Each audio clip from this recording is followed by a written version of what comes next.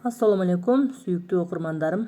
Азыр ушул 2 метр болгону 2 метр материалдан 52 размер кийген көкүрөктөрү чоң, жамбаштары чоң айымга көйнөк бычып тигебиз буюрса.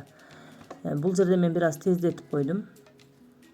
Мен дайыма эле көрсөтүп жүргөндөй норма менен моюн оюндусун, желкелерди, колтук оюндусун чыгарып алабыз. Азыр бул бизде жөн эле колтуктан алды кенен кеткен трапеция көйнөк сыяктуу болуп бычылат. Себеби бул жерде болгону 2 метр 15 сантиметр материал экен.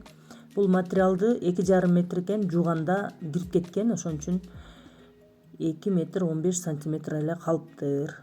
Ошондуктан ушундай кылып бычып тийип коебуз. Бул жерде азыр материалды бири-бирине эки жактан тең бычса боло берет, себеби гүлү ар кандай түшкөн.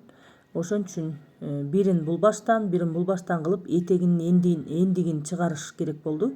Ошон үчүн бул жерде арткы детальга мындай 20 сантиметрлик кокетка коюла турган болуп калды.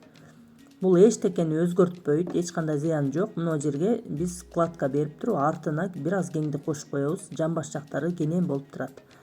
Мынакей бул жердин баарын алып, колтугунун алдыңкы оюндусун өзгөртүп, анан аптачкаларды кошуп туруп бычып алабыз, даярдап.